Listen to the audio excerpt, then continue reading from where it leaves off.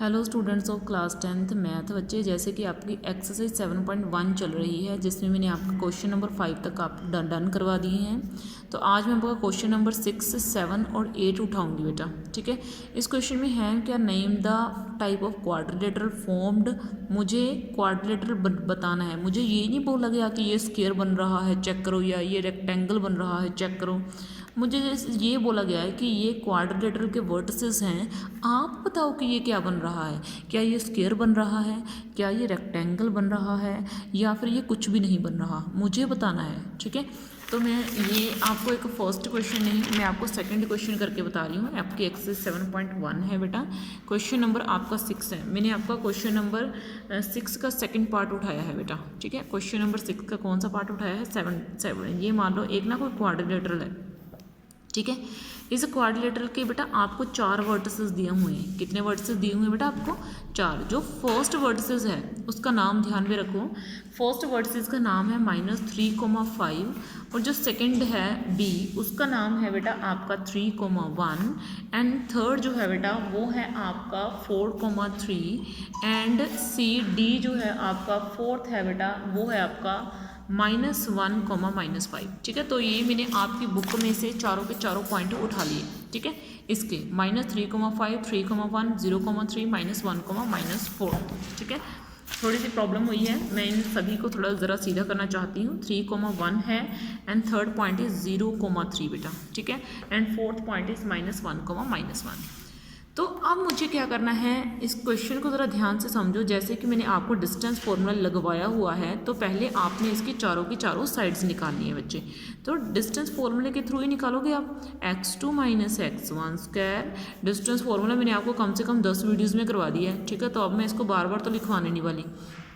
तो देखो बेटा x2 - x1 है, ए बी के ऊपर लगा रही हूँ, तो इसके सेकंड पॉइंट में से, सेकंड के फर्स्ट में से इसका फर्स्ट माइनस करना है। तो 3 माइनस एक फॉर्मूले में होता है, एक ऑलरेडी जहाँ पे माइनस है, तो माइनस माइनस स्क्वायर हो जाना है। ठीक है, तो प्लस y 1 - 5 स्क्वायर। तो ये बेटा आपका कितना हो जाएगा, 336 स्क्वायर प्लस -4 स्क्वायर। तो ये बेटा आपका कितना हो जाएगा, 36 + 16। अब इसका देखो आपका क्या बन जाना है, दिस इज़ 52। ठीक है, तो पहले का आंसर कितना आ गया, ए बी का जब मैं डिस्टेंस फॉर्मूला लगाऊंगी तो इसका आंसर बेटा आ गया √52 यूनिट्स। अब बेटा उसके बाद मुझे ए बी के बाद मुझे निकाल के बताना है बी सी। तो बी सी कैसे निकलेगा बेटे, बी सी के ऊपर भी वही डिस्टेंस फॉर्मूला मुझे लगाना पड़ेगा। अब आपको बी और सी के पॉइंट्स के ऊपर ध्यान देना है, जैसे मैंने आपको हर क्लास में समझाया है कि आप इसको कैसे चेक करोगे। तो 0 - 3 का स्क्वायर। ठीक है बेटा, उसके बाद फिर प्लस डाला, फिर 3 - 1 का स्क्वायर। ठीक है, तो फिर बेटा मैंने ये कर दिया 3 - 1 का स्क्वायर। तो ये बेटा क्या आ जाएगा, -3 का स्क्वायर। तो ये बेटा आपका क्या आ जाएगा, 2 का स्क्वायर। तो 3 का बेटा कितना आ गया 9, 2 का कितना आ गया बेटा 4। तो इसका आंसर कितना आ गया, √13 यूनिट्स। ठीक है, अभी तो मैंने आपको प्रीवियस वीडियो में बोला मैं आपको कैलकुलेशन नहीं करके दूंगी, फिर भी मैं आपको सारा कुछ करके दे रही हूँ। ठीक है, तो मिस्टेक का कोई चांस तो रखना ही मत। ठीक है, और जिन बच्चों की आज मिस्टेक प्रॉब्लम थी ना कि मैम आपने व्हाट्सअप वीडियो दोबारा सेंड करी थी, वो इसलिए करी थी बेटा, कुछ बच्चों की रिक्वेस्ट थी। ठीक है, तो बेटा सी और डी के ऊपर मैं डिस्टेंस फॉर्मूला लगा रही हूँ, तो अब आपने इसके ऊपर डिस्टेंस फॉर्मूला जो है वो अप्लाई कर देना है। ठीक है, ओके, इसके ऊपर अप्लाई करने के बाद ये मेरा आ गया √50 यूनिट्स। ठीक है बेटा, तो उसके बाद बेटा मुझे ए एंड डी निकाल के बताना है। बड़ी बेसिक सी चीज़ें हैं जो अब तक हम चैप्टर में करते आ रहे हैं, और चैप्टर करने के बाद मुझे लगता नहीं वो मुझे आपको करवानी चाहिए थी, फिर भी मैं आपको छोटे से छोटा वर्क करवा रही हूँ, प्लस माइनस तक करवा रही हूँ मैं आपको। ठीक है, ताकि आप चीज़ों में गड़बड़ मत करो बस। ठीक है, तो ये आपका 4 + 81 विच इज़ बेटा √85। अब देखो मैंने आपको ये बोला था कि अगर चारों की चारों साइड्स इक्वल आ जाएं तो वो स्क्वायर होता है, अगर अपोजिट साइड्स इक्वल आ जाएं तो वो पैरेललोग्राम होता है। लेकिन अगर एक भी साइड हमारी इक्वल ना आए भाई, तो क्या होगा, तो आप उसको लिखोगे नॉट एनीथिंग, यानी कि ये एक क्वाड्रिलेटरल तो है लेकिन ये क्वाड्रिलेटरल की कोई टाइप नहीं है। ठीक है, तो नॉट एनीथिंग इसका आंसर ही यही आएगा, not anything, it is simple a quadrilateral, it is a simple quadrilateral. ये जस्ट एक क्वाड्रिलेटर है लेकिन ये क्वाड्रिलेटर की कोई टाइप नहीं है। ठीक है, तो 6th का मैंने ये क्वेश्चन आपको डन करवा दिया है। अब ना मैं आपके 7th क्वेश्चन की तरफ बढ़ती हूँ। 7th क्वेश्चन को समझाने से पहले मैं आपको थोड़ा सा बेसिक समझाना चाहती हूँ, जिसका मीनिंग होता है इक्विडिस्टेंट। ठीक है, आपको इस वर्ड के बारे में पता होना चाहिए, क्योंकि मैथ के ज़्यादातर वर्ड बच्चों को आते नहीं होते। ठीक है, तो इक्विडिस्टेंस का मीनिंग क्या होता है, इस वर्ड का मीनिंग क्या है। देखो भाई, मान लो ना मैंने एक पॉइंट ले लिया, ये ले लिया, ओके।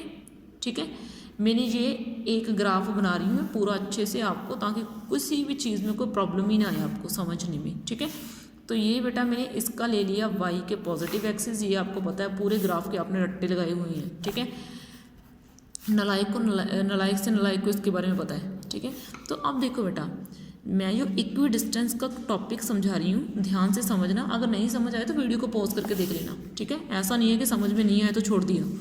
तो देखो बेटा, इस क्वेश्चन में मुझे बोला क्या है, इक्विडिस्टेंट का मीनिंग क्या है। ग्राफ में कोई एक ऐसा पॉइंट है, ग्राफ में क्या है, कोई ऐसा पॉइंट है, लेकिन वो पॉइंट नहीं पता मुझे क्या है। मैं बोल रही हूँ ग्राफ के ऊपर कोई तो पॉइंट है, लेकिन मुझे पॉइंट नहीं पता कौन सा है। लेकिन उस पॉइंट का अगर मैं डिस्टेंस निकालने बैठूँ, मान लो इस पॉइंट से, ठीक है, और मान लो इस पॉइंट से, तो दोनों पॉइंट से डिस्टेंस सेम होना चाहिए। मैंने क्या बोला, ग्राफ है, ग्राफ के ऊपर कोई पॉइंट है, उस पॉइंट का डिस्टेंस अनदर 2 पॉइंट से सेम होना चाहिए, उसको बोलते हैं इक्वी डिस्टेंस। इक्वी का आप पहले 3 अक्षरी ध्यान रखो, EQU। इक्वी का मतलब इक्वल। ठीक है, डिस्टेंट का मतलब क्या है, डिस्टेंस, इक्वल डिस्टेंस। एक पॉइंट का 2 अलग अलग पॉइंट से इक्वल डिस्टेंस। ठीक है, ये हमें दिया गया है, हमें ये पॉइंट ढूंढना है कि भाई ऐसा कौन सा पॉइंट हो सकता है ग्राफ के ऊपर जिसका डिस्टेंस 2 अलग अलग पॉइंट से सेम आ जाए। ठीक है, तो हमें वो पॉइंट ढूंढ के बताना है। समझ में आया क्वेश्चन आपको। ठीक है, नहीं समझ में आया तो वीडियो को पॉज कर लेना। तो अब देखो बेटा, मैं आपको ज़रा क्वेश्चन पढ़ाना चाहती हूँ। आपका क्वेश्चन नंबर 7 है, find the point on the x axis. उसने बोला मुझे एक्स एक्सिस के ऊपर ऐसा पॉइंट ढूंढना है जिसका डिस्टेंस इन दोनों पॉइंट से सेम होना चाहिए। यानी कि जो 2 पॉइंट से डिस्टेंस सेम होना चाहिए वो तो मुझे पता है कि कौन कौन से पॉइंट है। एक पॉइंट है 2,-5 और आपका दूसरा पॉइंट है -2,9। ये 2 पॉइंट आपको दिए हुए हैं। ठीक है, तो उसने बोला पॉइंट एक्स एक्सिस के ऊपर है भाई, तो इसका भी तो कोई ना कोई मीनिंग ही होगा। अगर उसने स्पेशल हमें लिख के दिया हुआ है कि पॉइंट एक्स एक्सिस के ऊपर है, तो इसका भी तो कुछ फंडा ही होगा भाई।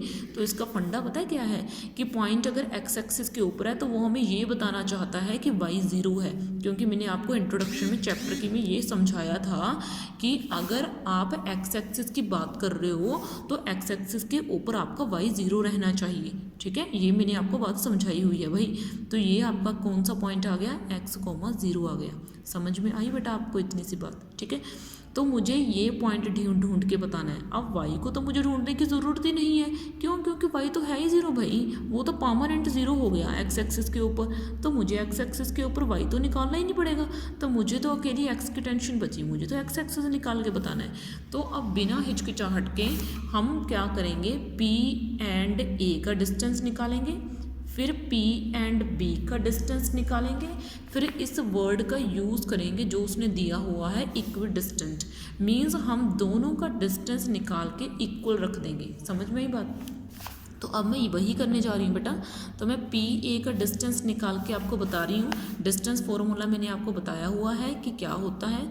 ठीक है, लगभग 10 वीडियोस में बार बार इसलिए रिपीट कर रही हूँ कि भूल मत जाना। ठीक है, तो लो बेटा, मैंने ये इतना सा क्वेश्चन डन कर दिया। ठीक है, अब मैं P एंड B का डिस्टेंस निकाल के आपको बता रही हूँ, which is x + 2 whole square and which is 81। ठीक है, तो ये मैंने क्या निकाल दिया, PA एंड PB निकाल दिया।